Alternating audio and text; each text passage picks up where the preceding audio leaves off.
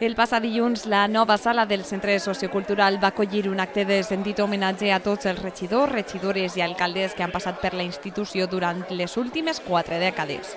Així, a un acte presidit per l'actual alcalde de la localitat, Salva Torrent, l'actual secretari del consistori local anava nomenant, un per un, a tots els regidors i regidores, fent un esment especial als 4 alcaldes del període democràtic: Lluís Escrivà, Vicent Tarazona, José María Ángel, Salva Torrent. Totes i tots van rebre de mans de Salva Torrent una insígnia i seguidament van signar el llibre d'honor de l'Ajuntament.